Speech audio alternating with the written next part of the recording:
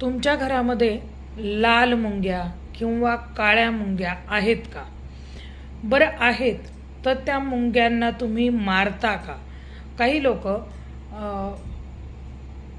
ती BSC powder असते, कीटकनाशकांच्या दुकानात मिळते ती पावडर, कोणी कीटकनाशकं वापरतं, कोणी खडू वापरतं. बघा, मुळातच मुंग्या, लाल मुंग्या ज्यांच्या घरामध्ये असतात ह्या थोड्या संकटाचं द्योतक मानल्या जातात किंवा काहीतरी संकट आहे असं समजू शकतो आपण. आता आधीचं संकट, त्यात तुम्ही ते कीटकनाशक घालून त्या मारता, म्हणजे मुंग्यांना मारल्याचं पातक पण तुमच्यावरती लागतं. म्हणजे आधीचं दुःख, त्यात अजून एक मोठं पाप, याने तुमचं कर्म अजूनच खराब होत जातं. बघा, आता मुंग्यांना मारायचं नाही, मग करायचं काय? त्या जातील कशा? तर घरामध्ये बरं, आपण ज्या वेळेला अशी कीटकनाशकं वापरतो त्यावेळेला जर का त्याच्यात काळ्या मुंग्या मिक्स असतील तर त्याही मरतात.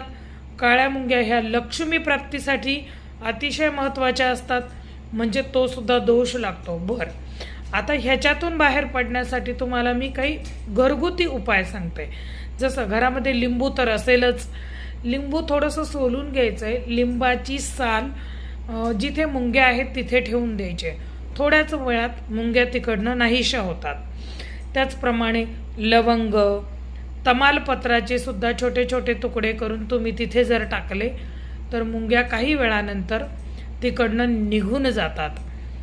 हे झाले मुंग्या निघून जाण्यासाठीचे.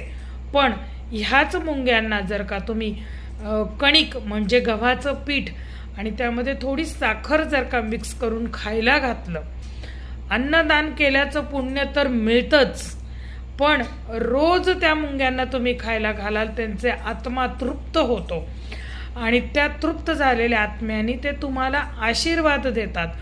तुमचं न जाणे किती मोठं डोक्यावरचं कर्ज उतरतं, घरामध्ये सुख समृद्धी, पैसा येण्याचे मार्ग मोकळे होतात, मोठ्या संकटातून तुमची मुक्तता होते. दुसरं म्हणजे अचानक कधीतरी सरळ लाईनीत चाललेल्या जर का मुंग्या बघितल्या आणि त्या मुंग्यांच्या तोंडामध्ये असा एक छोटी छोटी अंडी बघितली तर हा शुभ संकेत मानला गेलेला आहे. जर तुम्हाला असं दिसलं तर समजून जा काहीतरी गुड न्यूज तुम्हाला ऐकायला येईल. बघा, एवढ्याशा मुंग्या ज्या वेळेला शिस्तीत चालताना बघता, मुंग्या म्हणजे शिस्त, मुंगी ही अतिशय शुभ संकेत स्वरूपामध्ये मानली गेलेली आहे.